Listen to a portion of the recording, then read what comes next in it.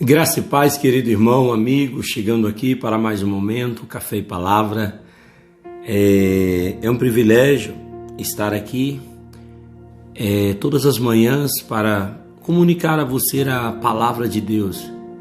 E um privilégio maior ter você, ouvindo cada mensagem que nós mandamos, gravamos com muito carinho aqui neste canal.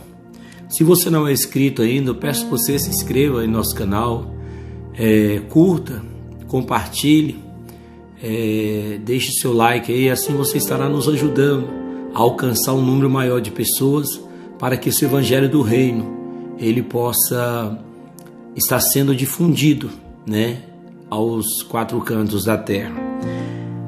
Hoje eu quero iniciar te fazendo uma pergunta. Você se sente amado? Você é uma pessoa que acredita no amor de Deus? Se você tem dúvida quanto ao amor de Deus pela sua vida, eu quero deixar para você esse texto nesta manhã. Romanos capítulo 8, versículo 31 a seguir. Que diremos, pois, a estas coisas? Se Deus é por nós, quem será contra nós?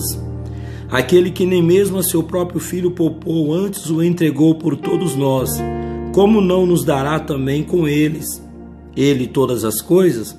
Quem tentará acusação contra os escolhidos de Deus? É Deus quem os justifica. Quem os condenará? Pois é Cristo quem morreu, ou antes, quem ressuscitou dentre os mortos, o qual está à direita de Deus, e também intercede por nós. Quem nos separará do amor de Cristo? A tribulação, ou a angústia, ou a perseguição, ou a fome, ou a nudez, ou o perigo, ou a espada? Veja bem, aqui nós temos uma declaração do amor de Deus. João ele vai escrever também no capítulo 3 do livro que leva seu nome. No versículo 16 ele diz que Deus amou o mundo de tal maneira que deu seu Filho unigênito, para que todo aquele que nele que não pereça, mas tenha vida eterna. Note, o amor de Deus é real, é estampado a toda a humanidade, a todos os seres humanos. João vai dizer que ele amou o mundo de tal maneira. O mundo que ele fala não é a geografia, o espaço, o qual nós estamos, mas sim as pessoas que ocupam esse espaço. Deus ele amou o ser humano de tal maneira que deu o seu Filho unigênito para que todo aquele que não pereça, mas tenha vida eterna. Aqui está o segredo. O segredo que do amor de Deus por nós. E talvez você fale, pastor, então se Deus me ama, então eu posso viver na libertinagem, eu posso viver no pecado, posso viver minha vida de qualquer maneira, porque o apóstolo Paulo está dizendo que nada nos separará do amor de Deus. Não é bem assim. Deus ele nos ama a ponto de nada diminuir ou aumentar esse amor. O amor de Deus por mim e por você, ele foi derramado em nossos corações através de Jesus. Porém, por que Deus não suporta o pecado? Por que Deus não quer que eu peque, não quer que você peque? Porque o pecado, ele nos afasta, nos separa de Deus. O pecado, ele é como que eu posso explicar para você? É como se o pecado ele criasse uma parede aonde ele impede a mão de Deus a mim. Veja bem, Paulo escreve aos Romanos 6, capítulo 36, que o salário do pecado é a morte. Então, se o salário do pecado é a morte, e se eu peco, eu estou chamando para mim a morte, não é mesmo? Por que João vai dizer que Deus deu o seu Filho unigênito? Por que Jesus teve que morrer? Porque Jesus assumiu o pecado que era meu, o pecado que era seu, porque o pecado gera morte, não tem como. Veja bem, por mais que um pai ele ame um filho, e de repente esse filho escolheu cometer um crime, cometer um homicídio, por mais que o pai o ama, mas o pai não consegue livrar esse filho da condenação. dele pagar ali na justiça pelo crime que ele cometeu, porque o salário, a recompensa do crime é a prisão, a condenação. Levando isso para o espiritual, da mesma forma é Deus. Ele me ama. E por que ele não tolera o pecado? Porque o pecado gera condenação. Peraí, pastor, mas Jesus já não morreu para me livrar da condenação? Sim, Paulo inicia esse capítulo dizendo: nenhuma condenação há para os que estão em Cristo Jesus. Os que não andam segundo a carne, mas segundo o Espírito.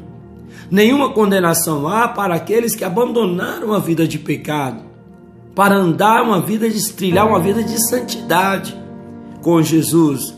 Nenhuma condenação há para aqueles que não se inclinam mais para as coisas da carne, mas são guiados pelo Espírito Santo de Deus. Eu quero que você entenda, meu irmão, Deus, Ele te ama, você é amado do Pai, e Ele não quer perder você. Nós já estávamos desgarrados como ovelha perdida, mas Ele criou o plano de redenção, de salvação, o qual Jesus teve que morrer para apagar a minha culpa.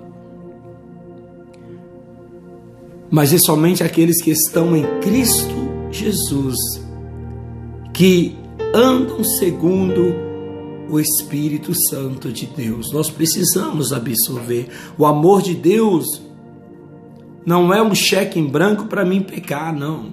O amor de Deus é uma declaração: filho, eu te amo, por isso eu não tolero o pecado, porque o pecado te afasta de mim. O pecado gera morte, porque o salário do pecado é esse. E Deus é justo. Eu quero que você entenda. Deus, Ele é tão justo que para cobrir o pecado da humanidade, para remir o pecado da humanidade, o próprio Filho unigênito de Deus teve que morrer. Jesus teve que morrer para que todo aquele que nele cresce estivesse lavado e perdoado por esse sangue.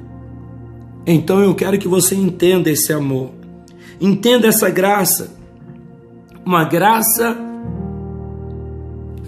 um favor imerecido, algo que eu não mereço. Mas Jesus disse: filho, se você quiser andar nos meus caminhos, viver uma nova vida, eu te ofereço a salvação. Isso é muito glorioso para nós. Eu não merecia isso, mas Deus fez cair sobre Jesus a minha culpa, e eu devo ser grato, eu devo retribuir esse amor.